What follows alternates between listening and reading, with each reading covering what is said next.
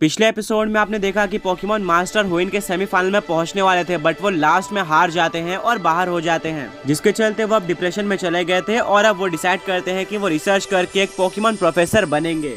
But फिर उनको एक खबर मिलती है कि उनका राइवल जो कि उनसे भी ज्यादा वीक था, वो अब चैंपियन बन चुका है सिनो रीजन का। वो राइवल पोकेमॉन मास्टर को अपनी पूरी स्टोरी बताता है, जिसको देखकर पोकेमॉन मास्टर दोबारा से मोटिवेट हो जाते हैं चैंपियन बनने के लिए। अब आगे पोकेमॉन मास्टर अपने राइवल को आगे के जर्नी के लिए बेस्ट ऑफ लक कहते हैं और बोलते हैं कि चैंपियन बनकर ही वापस आना। एंड आगे जाके क्या रिजल्ट आता है मुझे कॉल करके जरूर बताना कि तुम चैंपियन बन पाए हो या फिर नहीं। उनका राइवल एग्री कर लेता है और अब पोकेमॉन मास्टर कैलोस में पहुंच जाते हैं, जहां पर वो सारे जिम लीडर को डिफीट कर लेते हैं और फिर कैलोस लीग में पार्टिसिपेट करते हैं, जहां पर उनकी स्टार्टिंग काफी ज्यादा अमेजिंग होती है।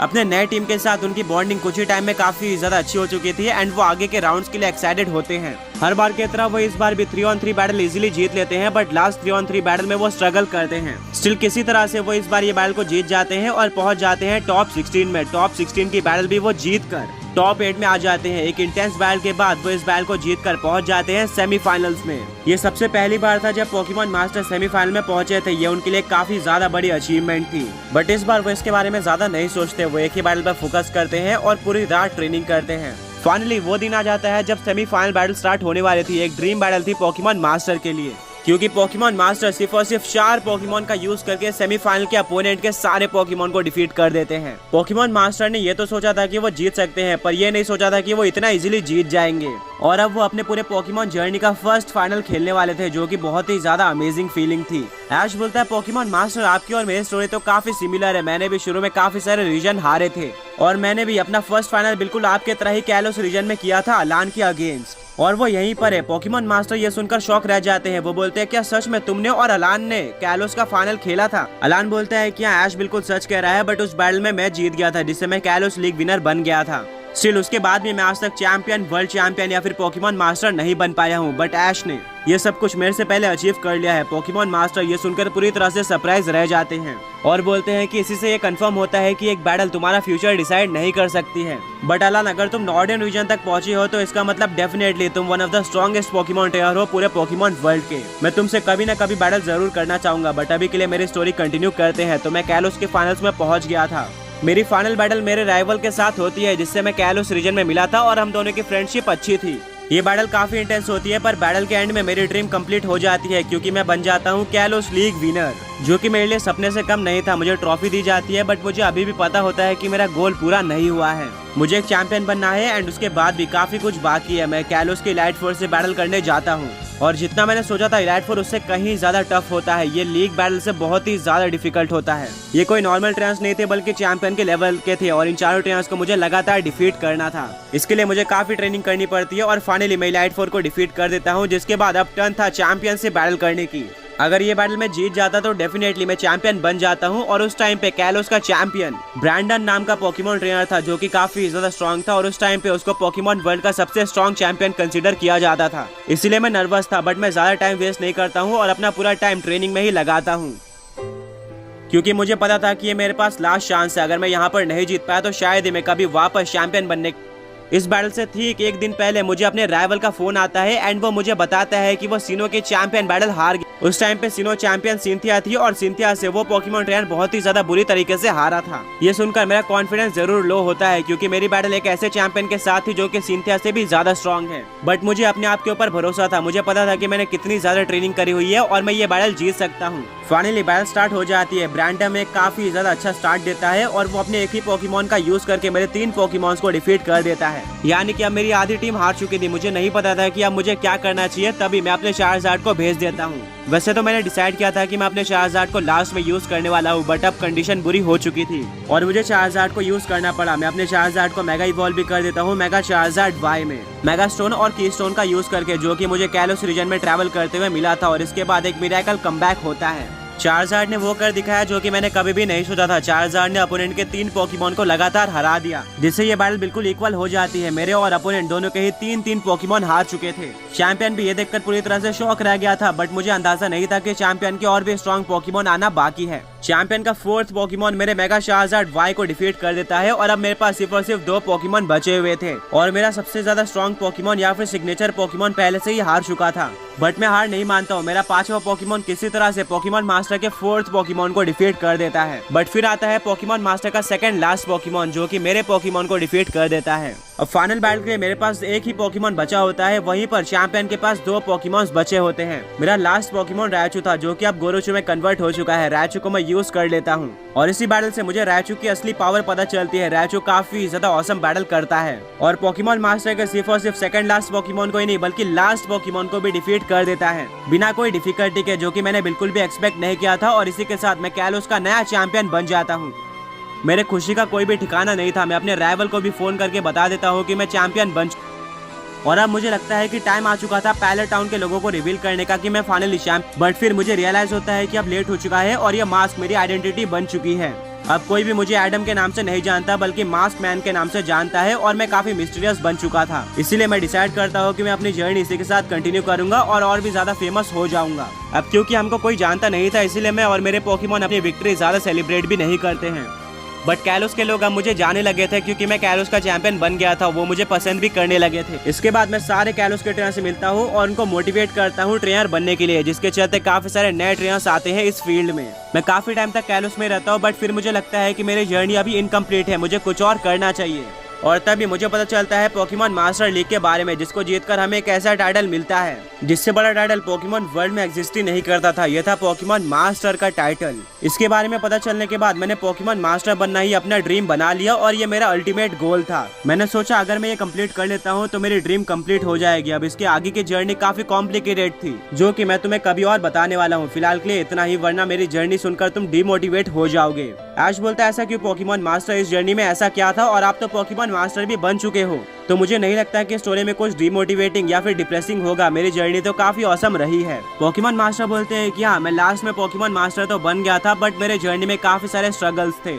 मेरा कोई फ्रेंड भी नहीं था और मुझे किसी ने सपोर्ट नहीं किया था, जिसके चलते मैं डिप्रेस्ड हो गया था। बट एंड में मैं पोकेमॉन मास्टर बन जाता हूँ, जिसके बाद मैं खुश हो गया था और अब फाइनली मैं पोकेमॉन मास्टर के पोस्ट से हट गया हूँ और अब मैं पैलेटन वापस जाकर अपनी लाइफ कंटिन्यू करने वाला हूँ। ऐश पोकेमॉन मास्टर की स्टोरी सुनकर पूरी तरह से इमोशनल हो गया था। इससे सबको पता चल जाता है कि एक पोकेमॉन मास्टर बनना कितना ज्यादा डिफिकल्ट होता है और पोकेमॉन मास्टर कितने ग्रेट पोकेमॉन ट्रेनर हैं।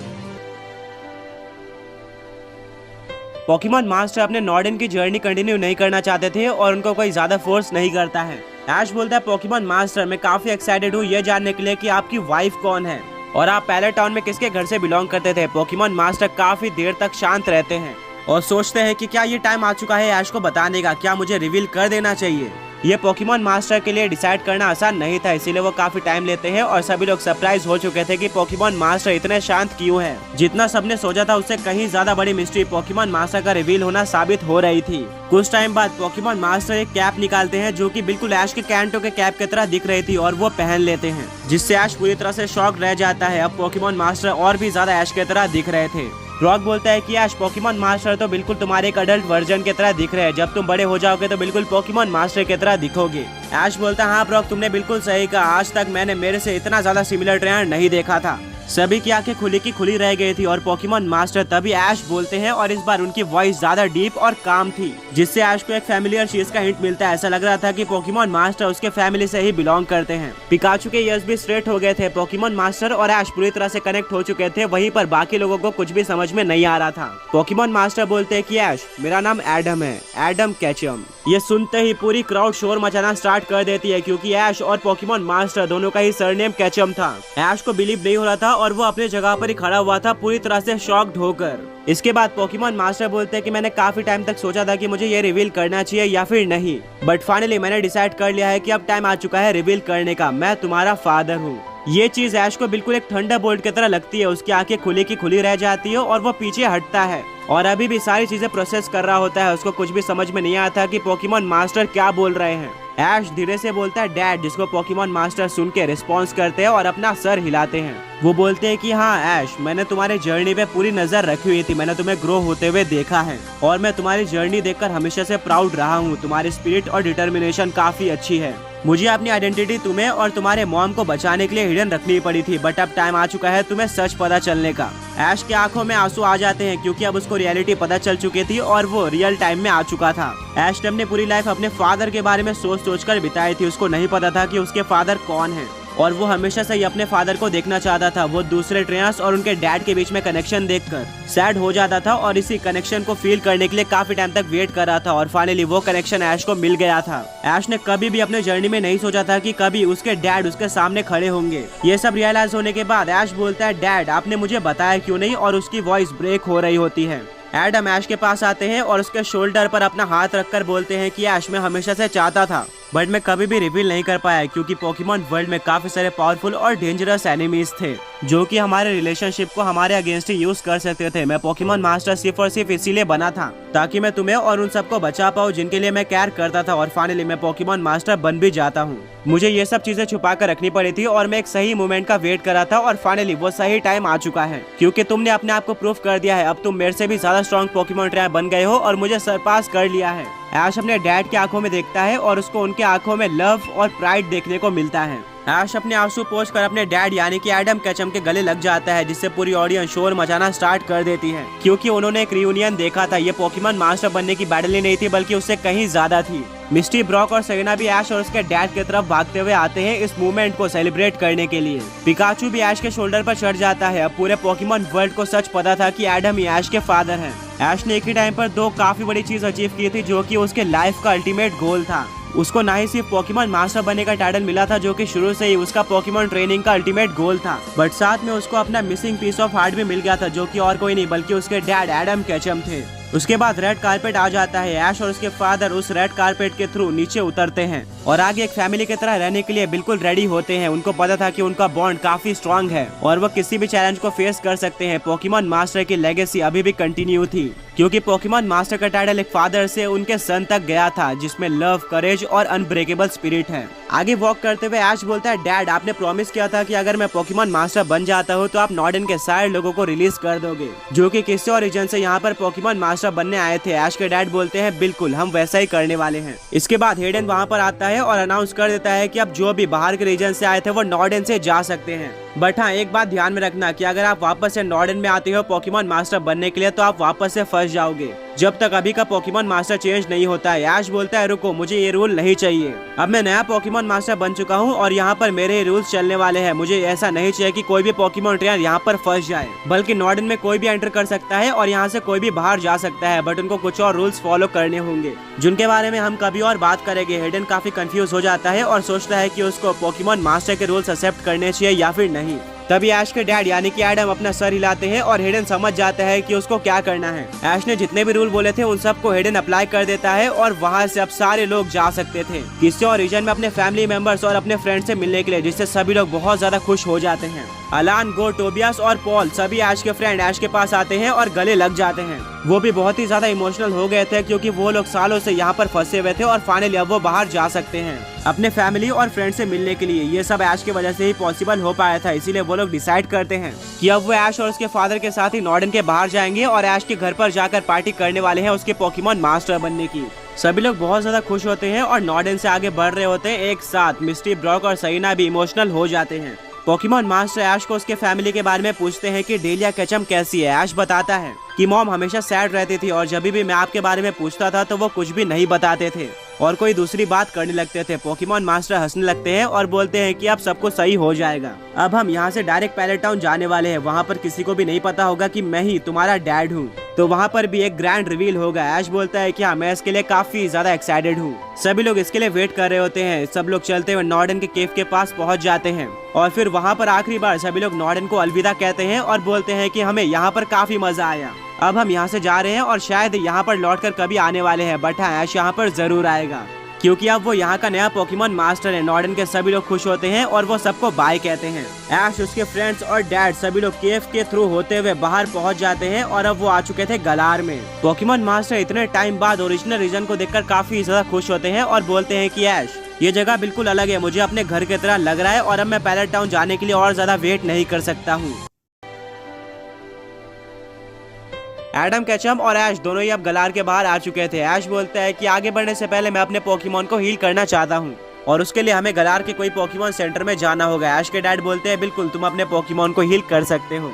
ऐश, उसके डैड और उसके फ्रेंड साथ मिलकर पोकेमॉन सेंटर में आ जाते हैं जो कि पास में ही था और वहाँ पर ऐश अपने सारे पोकेमॉन्स को हील करा लेता है। इसके बाद ऐश के फादर अपने राइवल को कॉल करते हैं। ऐश के फादर बताते हैं कि ये वही राइवल है जो कि सीनो में लीग विनर बन गया था बट आगे जाके चैंपियन नहीं बन पाया था। इसको भी नहीं पता है कि मैं आगे जाके पोकेमॉन मास्टर बन गया था। ऐश के फादर वापस से अपना मास्क पहन लेते हैं क्योंकि उन्होंने नॉर्डन में अपने आप को रिवील किया था, ना कि बाकी सारे रीजन में। इसके बाद ऐश के फादर का राइवल आ जाता है और वह ऐश के फादर को इतने दिन बाद देखकर काफी ज्यादा खुश होता है और उनसे गले मिल जाता है।